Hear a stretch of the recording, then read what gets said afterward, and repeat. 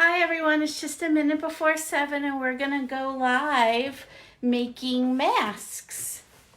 We'll be making a no-sew mask and a mask that we're gonna sew on a sewing machine today.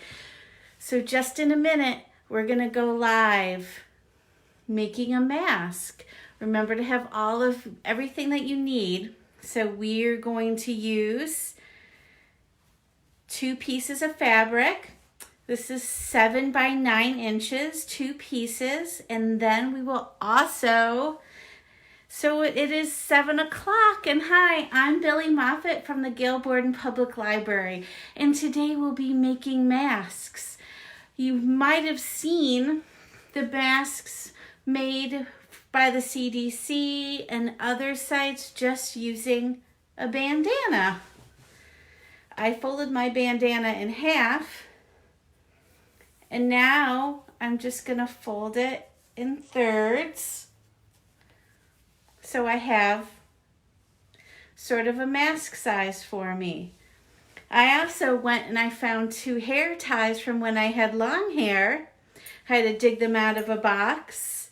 And I'm just gonna slip them on both sides of my bandana like this. I'm gonna fold in the sides so my rubber bands are on the side. I'm gonna affix it to my face and over my ears.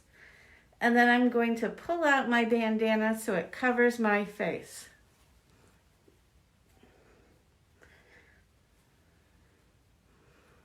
There we go.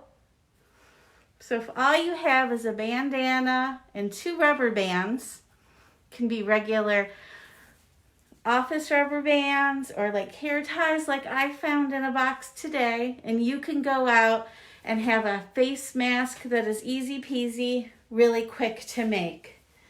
But if you're looking for something more permanent, we're gonna make a face mask like this. It's a pleated face mask that fits over the ears, and you can pull out because it's pleated to fit your entire face. If you don't have elastic, you can also make this with ribbons to tie behind your face as well. So, or fabric strips. And what you need to make this today are 2 pieces of fabric. The ones I'm gonna make are 7 by 9 inches squared. So I have 2 pieces of fabric that are 7 by 9 inches squared. They don't have to match. This one is different on both sides. You'll also need 2 pieces of elastic. This is 7 inches long each. If you don't have elastic, you'll need 4 pieces of ribbon or 4 pieces of fabric that you can make into strings as well. I'll also be using pins and a small pair of scissors to clean everything up. So let's go to the sewing machine and see how to make this work. Just gonna move my camera down. Turn on my sewing machine. Try not to kick the camera. So first what I'm going to do is place down my first piece of fabric, right side up, so the good side is facing the top. And I'm going to place the elastic about 1/2 inch from the side of the fabric. I'm going to pin it into place. And then I'm going to curve it up and pin it about 1/2 inch from the top side of the fabric.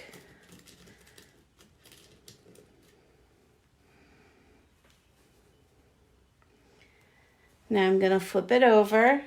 It's right side as well, it's just the other side, and I'm going to do the same thing with the other piece of elastic. About 1/2 inch from the top, I'm going to pin the fabric and then swip this around and place my elastic here. If you're using ribbon, you'll place one here and one here and one on the other, one and one on the other sides as well, making sure that the ribbon goes towards the inside, because we are going to place this piece of fabric down back side up. So this is the good side and this is the back of the fabric. And what we're going to do is pin through both pieces. I'm going to take out that pin that I just pinned there. And I'm going to pin through both pieces and the fabric now. Lining it all up.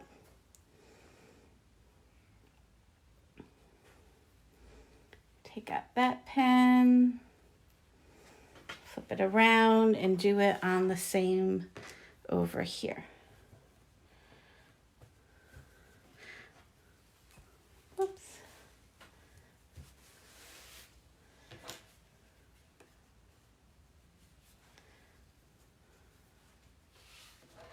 Looks like I was a little generous in measuring my fabric out, so I'm just going to trim it a little because I didn't trim it exactly earlier. I was measuring everything, and now I'm going to pin it down. Take that pin out.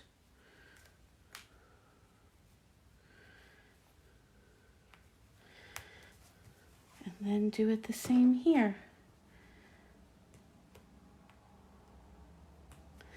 Being careful not to jab myself with a pin, because that's never fun.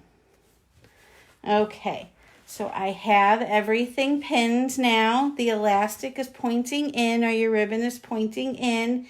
And now we're going to sew it with a little pocket to flip it inside out. So I'm going to start about 2 inches from one side, sew around, go all the way down and around, back up, and I'm going to stop about 2 inches, leaving a couple inch gap here so I can flip it inside out.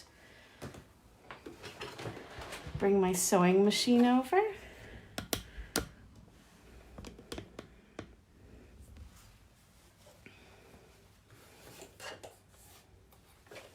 And I'm just going to start in the center here. And I'm going to back stitch a little to lock that in place.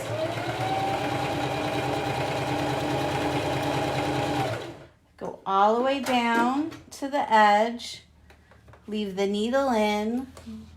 It's not quite there yet, so I'm going to do a couple more stitches, leaving it down. I'm now going to go straight. I just went over the elastic, so I'm going to back stitch and front stitch over that elastic again.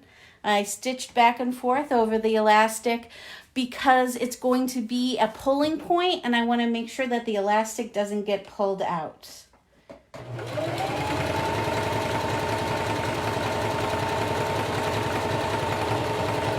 Just went over the elastic again, so I'm going to back stitch and front stitch over it again.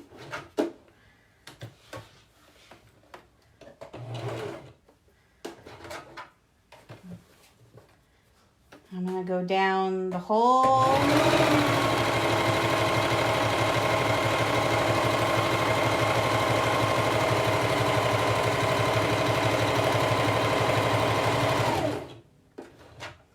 Making sure that the needle's down.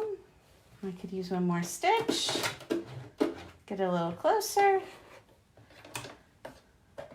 I just went over the elastic, so I'm going to back stitch and front stitch back over. I'm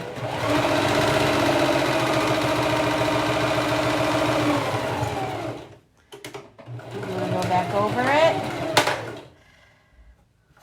making sure my needle is down when I turn my work.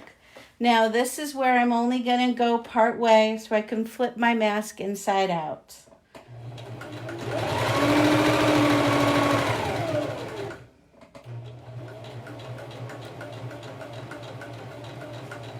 Back stitch, front stitch to lock that stitch in. Now I'm going to snip off my loose threads, and I'm going to turn this right side out.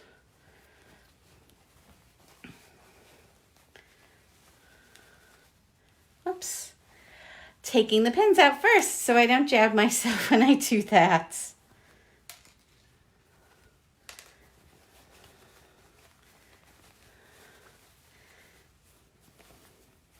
The elastic makes it easy to pull it all out.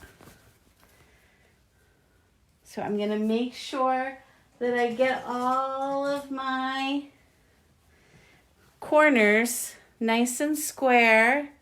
I'm going to do that. I'm just grabbed a small paintbrush and I'm poking the stick end into it.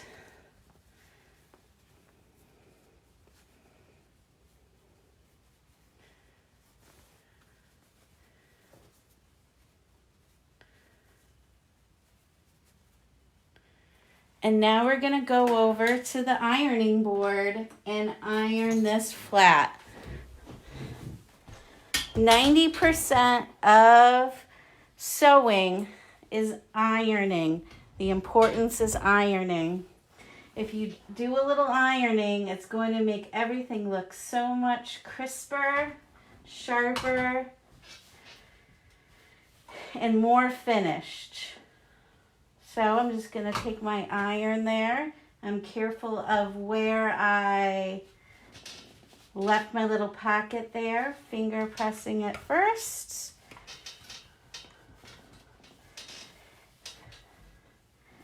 This is just regular cotton, so I have a water bottle on hand if I needed to make it a little easier to iron, but this is fine. Ironing it on both sides. Making sure all of the seams are nice and crisp for the next step. Okay, let's go back to the sewing machine. And now what we're going to do is top stitch around it and make the pleats. So we're going to make 2 pleats into this. So we're going to pick a spot about 1 inch down and fold down about 1/4 inch. Get that. Take my pen and put it through all of the fabric. I'm going to go to the other side, find the same place, and fold it down, pinning it in place. Now I'm going to go down about 1 inch and find that pleats.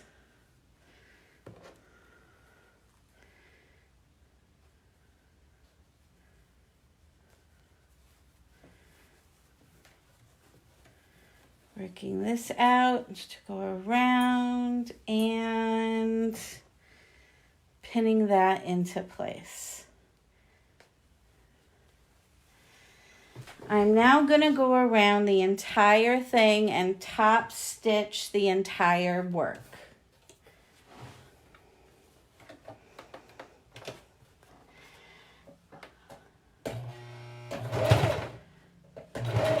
Just going to go back a little to lock that stitch in.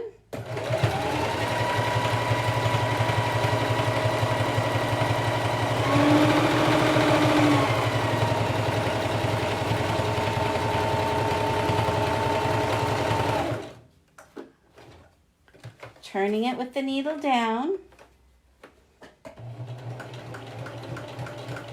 Carefully go over the pleat.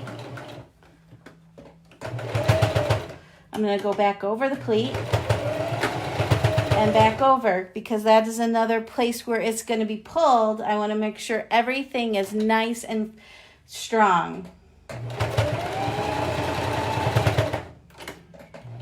Go back over this pleat.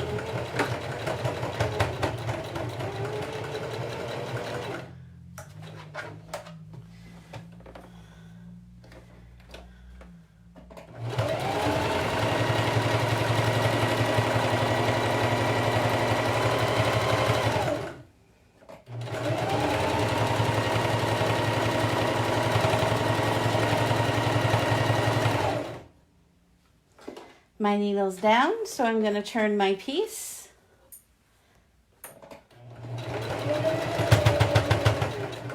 Go over that pleat.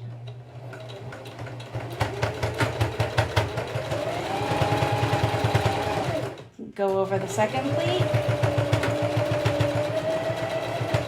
Now I'm at the end, so I'm just going to go back and forth and lock that stitch in.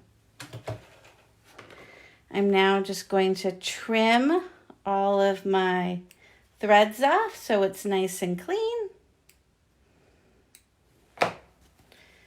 And take the pins out.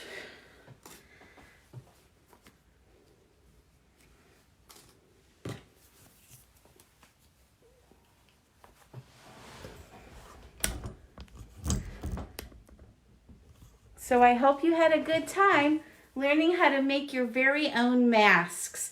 It's super simple to use. The pattern I used was 9 inches by 7 inches, and it will fit about an adult male.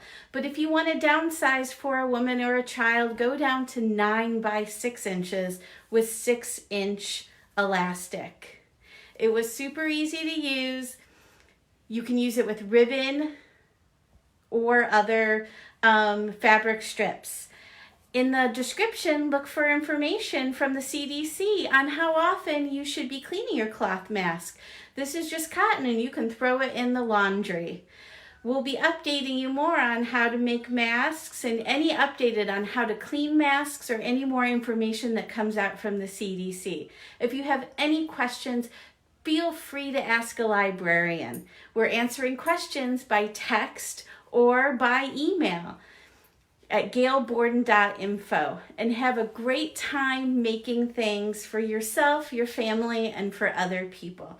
Thanks so much, and have a great night.